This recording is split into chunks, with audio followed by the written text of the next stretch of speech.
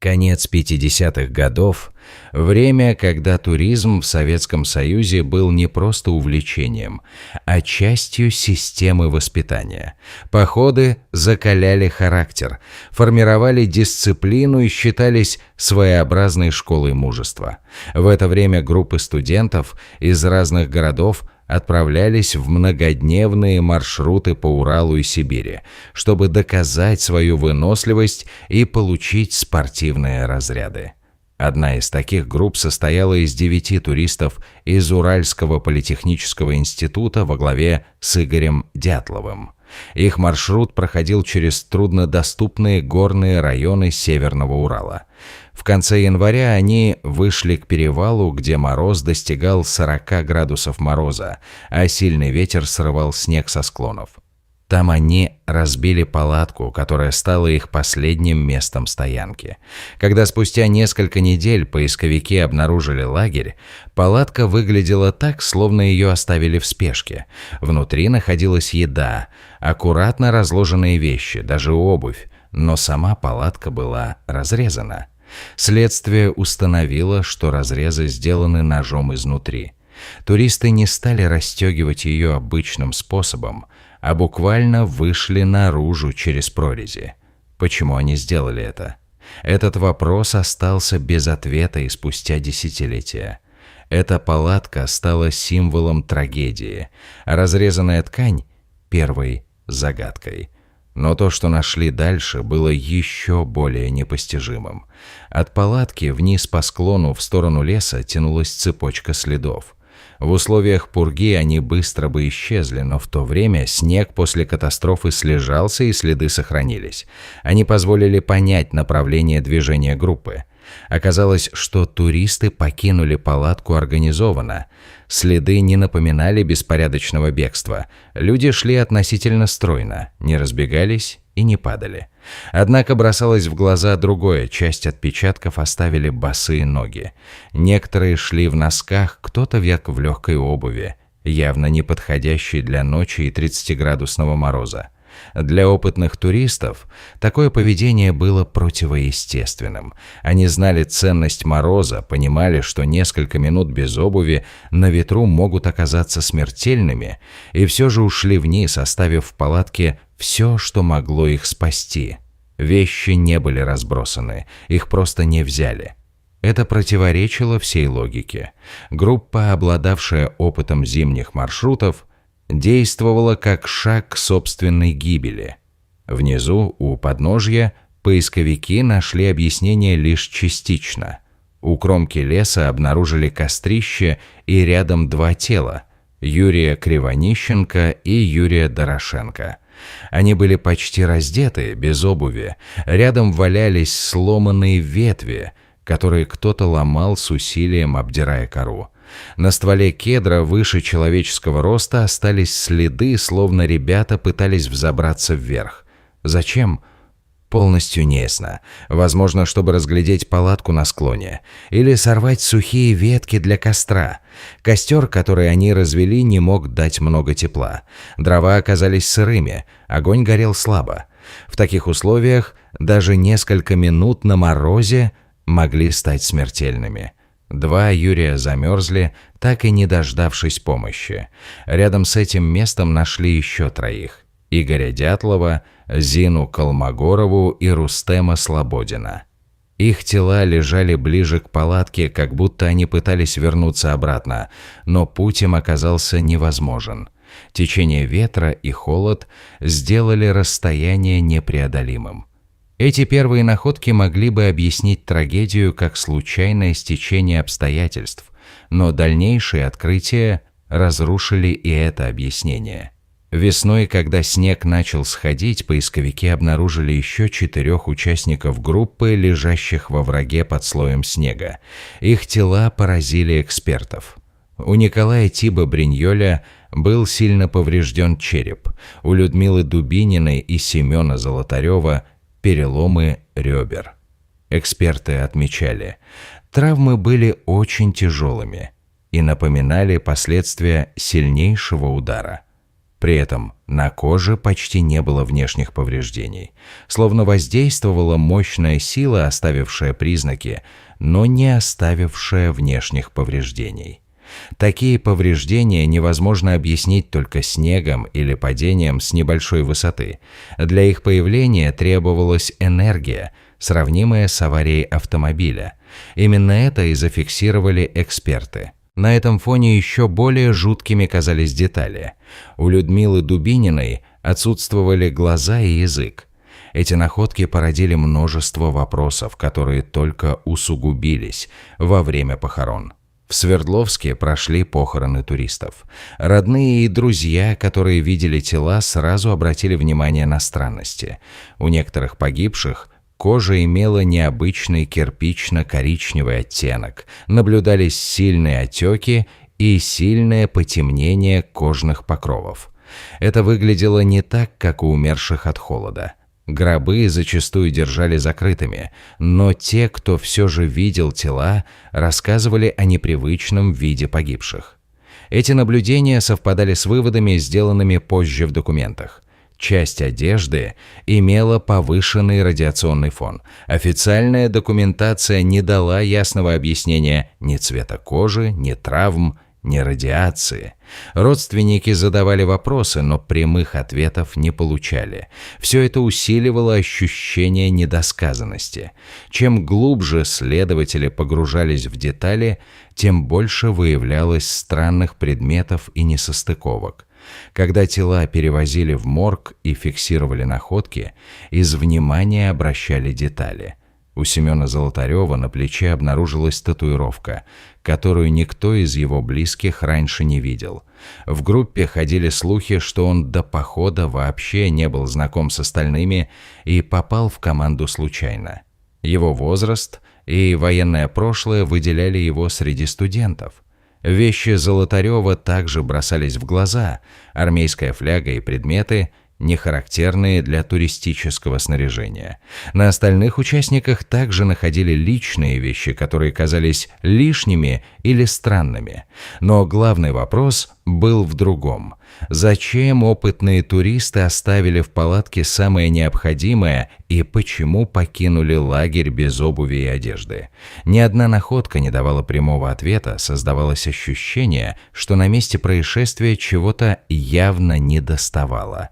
Необычные предметы усиливали недоверие к официальной версии. Но истинная странность проявилась позже, в лабораторных протоколах. Часть одежды погибших проверили на радиационный фон. И оказалось, что несколько вещей действительно имели повышенные показатели. Это были носки, штаны и свитер, принадлежавшие Людмиле Дубининой и Юрию Кривонищенко. В официальных документах зафиксировано, что радиация превышала естественный фон в несколько раз. Эксперты пытались объяснить это бытовыми причинами, что ткань могла быть загрязнена на производстве или при хранении. Но такие объяснения казались слабым оправданием, особенно на фоне других фактов. Никакой разумной бытовой причины для столь явного превышения никто назвать не смог.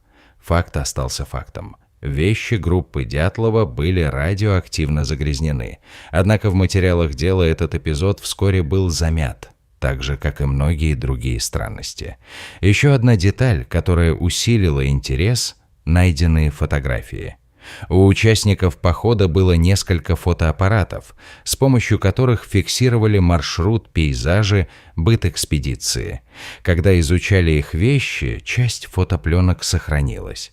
На снимках запечатлен последний этап похода: шутки у костра, установка палатки, подготовка маршрута. Все выглядело обычным, но на одном из аппаратов остались кадры, которые следствие не опубликовало.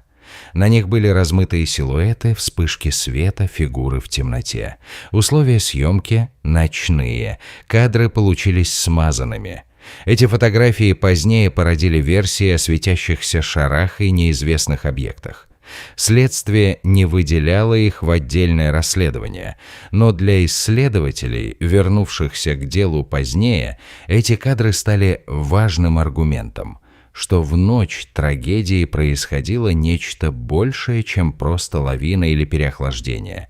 Именно с этими материалами связаны первые сомнения в официальной хронологии событий.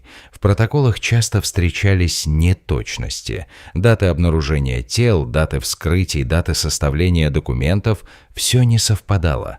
Например, протоколы вскрытия были подписаны числами, не соответствующими времени обнаружения тел. У участников поисков была своя версия, а в официальных документах отмечалось иначе. Иногда разница составляла несколько дней. Создавалось впечатление, что записи велись задним числом или сознательно изменялись. Эти несостыковки делали картину очень туманной. Но помимо этого возникли более конкретные вопросы. Где именно стояла палатка и как группа оказалась на открытом склоне? Согласно плану Игоря Дятлова, группа должна была идти через перевалы в сторону горы Атортен, а на последний день остановиться у склона горы Халачахль, в переводе с языка манси «Гора мертвых». Выбор этого места вызвал вопросы у первых исследователей. Палатку поставили на открытом ветреном склоне, хотя всего в нескольких сотнях метров был лес, где могли укрыться в случае непогоды. Опытные туристы не стали бы выбирать такое неудобное место. Впоследствии появились версии, что палатку вообще нашли не там, где ее изначально установили. Некоторые исследователи указывали на следы, указывающие на то, что лагерь могли переносить, или что место установки изначально было другим. Эта нестыковка с маршрутом стала важной частью дальнейших сомнений. Странности не заканчивались. В деле было много ошибок со стороны следствия. Документы составлялись с опозданием, некоторые протоколы не совпадали между собой, а часть вещественных доказательств просто исчезла. Например, один из участников поисков рассказывал, что при первой находке палатки внутри лежали предметы, которые потом в официальных документах не упоминались. Не все, что видели свидетели на месте, было отражено в материалах дела. Вопрос касался ножей, посуды, личных вещей. Иногда они упоминались, иногда нет. Особенно важны оказались фотографии. Часть пленок позже оказалась в архивах, однако многие снимки были утеряны. Даже из тех, что сохранились, можно понять, что пленки пересматривались и сортировались. Множество кадров не вошли в дело, так как их сочли лишними. Следователь Иванов, руководивший расследованием, признавался, что сталкивался с давлением сверху. Дело старались закрыть как можно быстрее, чтобы не привлекать излишнего внимания. В официальных отчетах фигурировала формулировка о воздействии стихии природы, что не объясняло и травмы, и радиацию, и странное расположение палатки. Поиски вели добровольцы, студенты и военные, и многие из них впоследствии говорили, они чувствовали нечто странное, ощущали непонимание и опасность. Ощущение, что с ними что-то происходило за пределами их понимания. Значительная часть информации скрывалась сознательно. Эти ошибки и несостыковки создавали ощущение, что дело не до конца раскрыто. Среди участников поисков был майор Шестопалов, командир саперного батальона. Его отряд привлекли к экспедиции не случайно. Армия помогала прочесывать труднодоступные районы и фиксировать находки. Однако воспоминания о работе Шестопалова и его людей стали одной из самых противоречивых частей этой истории. По словам очевидцев, именно саперы первыми обнаружили тела во враге, они же делали подробные замеры и описания, но в официальных документах эти записи фигурируют крайне скудно. Некоторые исследователи полагали, что у военных был свой протокол, который позже изъяли и скрыли. Шестопалов позднее говорил, что видел на месте необычные следы и что ситуация не укладывается в рамки простого несчастного случая Муковья, но его слова так и не получили широкого распространения. Более того, все, что связано с участием армии, быстро было замято.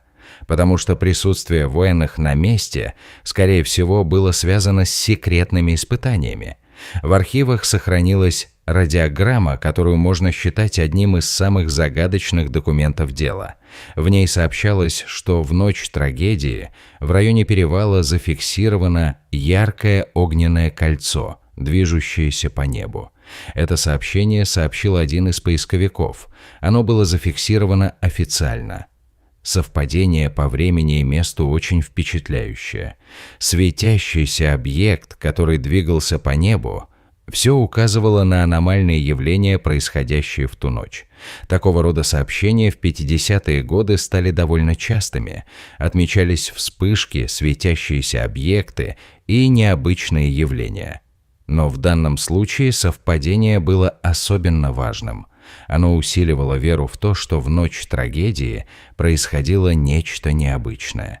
Следствие проигнорировало эту радиограмму, упомянуло о ней лишь в материалах, но не связано с гибелью группы. Для исследователей следующих лет именно это сообщение стало одним из ключей. Оно показывало, что в ту ночь на перевале происходило что-то, что могло напугать людей и заставить их покинуть палатку. Необычные световые явления остались необъясненными и до сих пор. Власти реагировали очень осторожно. С одной стороны, поиски организовали быстро. В них участвовали добровольцы, студенты и армия. С другой, как только нашли тела, началась спешная закрытая фаза. Родные и друзья погибших рассказывали о странной атмосфере на похоронах. Гробов зачастую держали закрытыми, и к телам редко подпускали близких. Вопросы о причинах смерти получали в ответ стандартные формулировки. Несчастный случай. В прессе о происшествии писали мало или вовсе избегали освещения.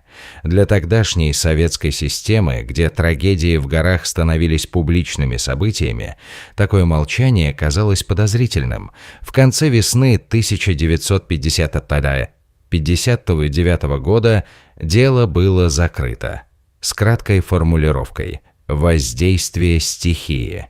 Но вопросы о разрезанной палатке, о выходе на мороз без одежды и обуви, о тяжелых травмах и радиации остались без ответов. Все это было оставлено за скобками, а государство буквально поставило точку, не дав никакого ясного объяснения. Одна из первых и наиболее распространенных теорий – лавина. Ее выдвигали как объяснение панического выхода из палатки и травм. В логике могло бы объяснить многое. Туристы почувствовали угрозу, быстро покинули лагерь, не взяв вещи. Но проверка этой версии выявила серьезные несоответствия. На склоне, где стояла палатка, не было следов схода лавины. Угол наклона горы был относительно пологим. Снега было недостаточно для массивного схода. Травмы участников не совпадали с типичными для лавинных. Снегом можно задушить или переломать кости.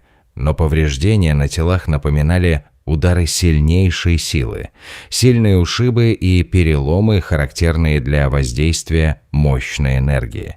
Эти повреждения не могли объяснить снег или падение с незначительной высоты. Для их возникновения требовалась энергия, сравнимая с аварией автомобиля, что зафиксировали эксперты. Тем не менее, официальная версия оставалась. Лавина как простое и удобное объяснение, хотя все понимали, что она не объясняет полностью случившееся. Когда эта версия потерпела крах, начали появляться другие, например, версия военных испытаний. В те годы Урал был закрытой зоной, где проходили секретные программы, и жители нередко сообщали о взрывах и вспышках в небе. Версия гласила, что в ночь трагедии в районе перевала проходили испытания новых видов оружия, что могло объяснить световые явления и радиационный фон. Другие предполагали столкновение туристов с военными или охотниками, что вызвало конфликт. Но следов посторонних найти не удалось. Были также гипотезы о природных явлениях, например, о так называемом катабатическом ветре, резком порыве, вызывающем приступ паники. Но ни одна из этих гипотез не дала полной картины. Все оставалось разрозненным, и ощущение, что истина скрыта, усиливалось. Если оставить в стороне догадки и концентрироваться на фактах, то появляется цепочка противоречий, разрезанная палатка изнутри, следы, уходящие вниз без обуви и одежды, тела у костра, погибшие от переохлаждения, 3 человека, пытавшиеся вернуться наверх, и 4 тела во враге с травмами, которые невозможно объяснить переохлаждением, одежда с радиоактивным фоном, тела с необычным оттенком кожи, ошибки и несостыковки в протоколах, присутствие военных на поисках и радиограмма о ярком огненном кольце – все это реально зафиксированные находки, закрепленные в деле.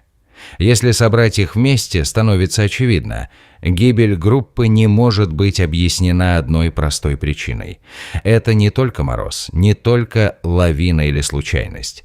Это комплекс множества обстоятельств, которые либо скрыли, либо так и не смогли понять. Смысл всего этого в том, что они не дают законченной картины. Эти факты оставляют больше вопросов, чем ответов. В конце 50-х годов страна жила эпохой, когда неудобные вопросы замалчивались. Дело группы Дятлова стало именно таким вопросом. Его закрыли, сославшись на воздействие стихийных сил природы, но для тех, кто видел место трагедии своими глазами, для родственников, для исследователей, это объяснение никогда не звучало убедительно. Перевал Дятлова стал символом тайны, символом ситуации, когда в строго организованной системе возникла ситуация, в которой истина оставалась в тени. Прошли десятилетия, и версия за версией пытались заполнить пустоты и объяснить все противоречие. Но до сих пор нет единого, окончательного ответа, который объяснил бы все сразу. Есть, а только холодные факты.